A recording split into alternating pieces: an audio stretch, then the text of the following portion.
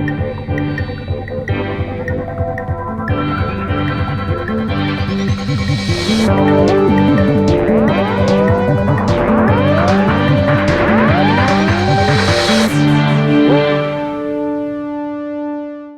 is Fankhauser. I'm the co-founder of a company called Nuji.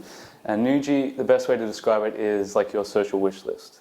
So you can save different items that you like from all over the internet. It's shopping related, so you can save it from boutiques or larger stores. And then the idea is to follow people with similar taste to things than you, and you can see what they're discovering, and they can discover things through you. And as a result, we've got about 150,000 products saved in Nuji so far, in about 15,000 stores. The inspiration came from whenever I was trying to find music or anything like this. Quite often, I'd ask my friends, or I'd see what they're listening to and that sort of thing. And I think you can apply a similar sort of theory to other areas, especially with shopping. So, you know, I know people have similar taste in things to me, in clothes and furniture and that sort of thing. They may be my friends, or they may be just people that I've seen online. And I think that's one of the big differences that we're trying to do here, is that with social networks such as Facebook, so I might be following my father or my, you know, college friends and this sort of thing, but they may not necessarily have the same taste in things to me. So we're trying to create a social graph of people with similar tastes to you. We were inspired to do Nuji mainly from a discovery perspective. So if you think of Google and Amazon and these types of companies, they're really great once you know what you want, but there's a really big gap before that step. So the gap of discovery. And we thought the best way to solve that problem is through people, through social media, rather than relying purely on algorithms. However, if you get the two to work together, that's really, really good. So from a store's perspective, as I mentioned, we've started to work with them, and we're working with them much closer, and we're developing this relationship, and we're at this stage now where we've put a few things out there. For example, our loyalty mechanic. So let's say I tag something from, I don't know, curvature in the garb store, then I would get 2 points for that. Now let's say you come along and re-tag from me, then I would receive 10 points for that. Okay, so we're rewarding people for sharing and being an influencer on our network. Now, we're looking to grow that a little bit more and reward people in general just for engaging with that store. And that could be visits, that could be all sorts of things. And yeah, so at the moment, it's still early days, and we're working with the stores to make sure they get the most out of this loyalty mechanic, and it works for our users as well, so it benefits both.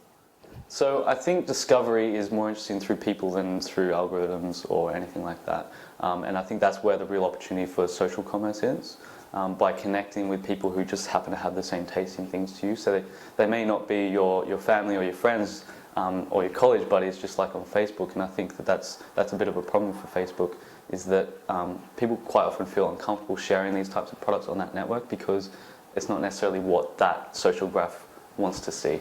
Whereas we're trying to create a social graph where people just happen to have the same taste in things to you, so everything that they see is quite useful to them. So as I mentioned earlier, one of the most interesting things is now that we've got roughly 150,000 products and 15,000 stores, which kind of was developed by accident. So if I just sort of rewind there and tell you how that happened, they're user-generated stores. So let's say you are the first person to tag something from French Connection, let's say, then we would automatically generate a page for French Connection. And then, let's say the next day I come along and tag something from French Connection, then those two items will go into that page. Now, we didn't think much of that when we first did it, but then these pages started to develop a lot. And then we had retailers contact us and say, this is really interesting, this is cool, how can we work with you guys closer, what can we do together? And that got us thinking pretty hard about that, and we didn't want to just jump into something. And we came up with this sort of loyalty mechanic type thing. So basically, we think that people should be rewarded for shopping at their favourite stores, or engaging with their favourite stores in general. So that might be visiting the store, that might be sharing things from the store, or it could even just be purchasing things from that store. So that's what the network's turning into now, is this store platform. We've got 15,000 stores to start with, and we're working with about 50 of those stores directly now to introduce this loyalty mechanic. We introduced it a couple of months ago, and so far, now we're getting emails pretty much daily from stores wanting to work with us on this and develop this relationship a bit further. And I think we're in a really unique position to do something really exciting here. Now, if you go back to the discovery part, one of the biggest problems is that, let's say you know, I might shop at ASOS or I might shop at John Lewis or one of these guys because I know them, right? Like they're big and they have everything.